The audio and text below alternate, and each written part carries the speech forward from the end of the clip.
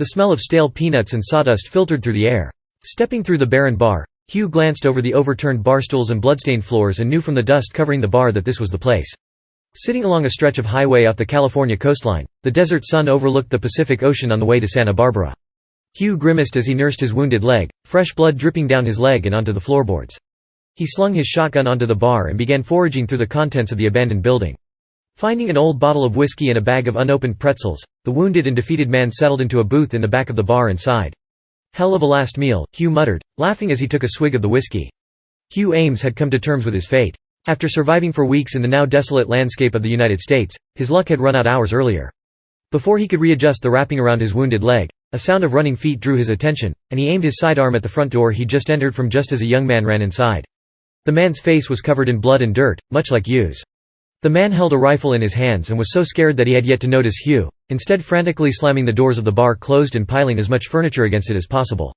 "What's wrong, partner?" Hugh asked, startling the young man to swirl around and aim his rifle. "Easy now, son. If I'd wanted you dead I would have shot you long before I spoke. I've had you dead to rights since you barged in here. Why don't you lower your rifle and tell me what's got you so spooked?"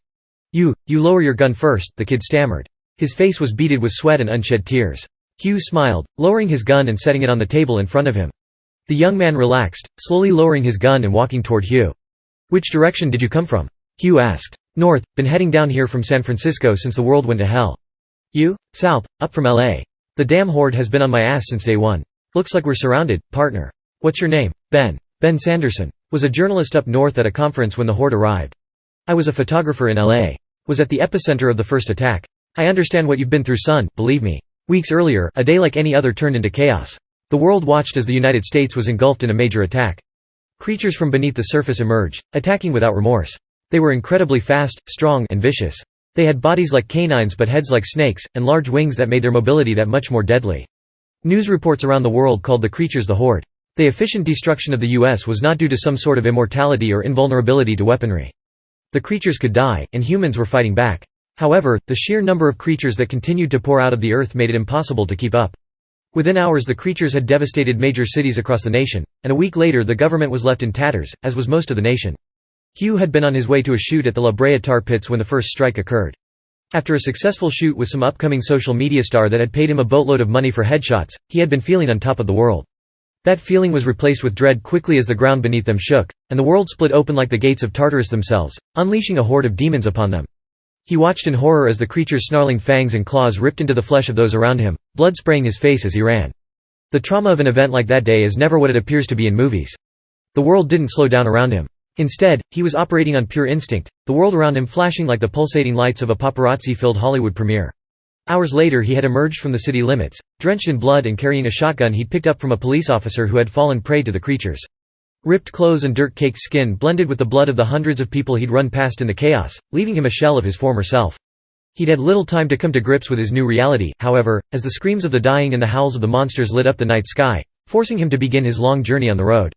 "I was taking in the sights of San Francisco when they attacked," Ben was saying now, taking Hugh out of his blood-soaked memories. "I was down at Pier 39 and was looking for a place to grab some food when the sky turned black. A horde of creatures was blotting out the sun and descended on everyone around me. Screams were everywhere, and I was shocked that I wasn't amongst the dying when the attacks first happened. A woman named Kathy saved my life," Ben continued. "I was dazed, but she took action. She was a soldier on leave, and she never flinched in the face of that hell. She led me to the docks and to a speedboat. She found the keys and quickly got the vehicle started, loading a few more stragglers on the boat before taking off. We nearly made it out of the city and down the coast, but the creatures took notice of our departure. Kathy took as many of them with her as she could, using a rifle she'd found in the boat's cabin to pick off the flying monsters attacking us. However, she was overwhelmed and was surrounded. She told us to jump and start swimming, and as we did she must have lit a fuse of some sort. I don't know how, but she managed to ignite a fire and explode the boat, taking the monsters with her. I swam to shore and found myself separated from the others she'd saved. I started walking down the coast after that until I got here. Well, we made it a whole hell of a lot longer than either of us should have. We couldn't have asked for anything better than that, other than for this to have all been some sort of nightmare that we could wake up from. Guess that was hoping for too much. You think this is the end?" Ben asked. "That's what I'm waiting for. You and I each had those things on our tail from both directions. They're going to close in on us and overwhelm our position. I'm not ready," Ben said, defeat washing over him as he slumped in his seat and took a drink of whiskey. "We never are, son. This isn't an action movie though. We aren't the heroes here. I'm not sure if there are any heroes out there working on a way to stop these things, but that horde is going to destroy this place to get to us, and I think we have no other option than to wait for our luck to run out. So what, we just give up?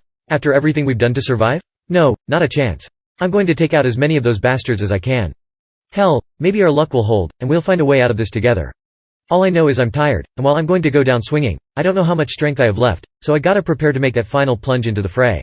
As they drank in silence, absorbing the reality of their situation, the radio sitting on the bar kicked to life and made them both jump. A radio broadcast broke the silence filling the air. This is Avery Stevens, live from Los Angeles in an underground bunker near the coast. If you can hear me, I'm using an old radio broadcasting signal to let any survivors know out there that a plan is in motion. A group of survivors is moving through the heart of this horde, carrying a massive ultrasonic bomb that will destroy the network these creatures operate on. Within a matter of minutes, the bomb will go off, and with any luck, the creatures will fall. If you are facing an imminent threat, hold off the beasts for as long as you can. The survivors are nearly finished with their mission, and hopefully, this nightmare will be over soon. Hugh and Ben looked at one another, a glimmer of hope filling their eyes for the first time since the attacks began.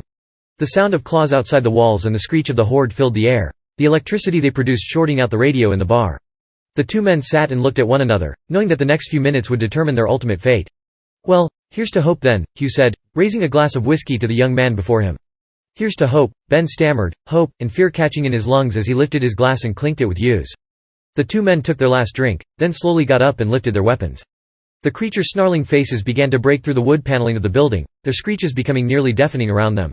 Turning back to back as the creature surrounded them, breaking through on all sides of the bar, Hugh and Ben took a deep breath and began the long wait for survival. Survival and hope.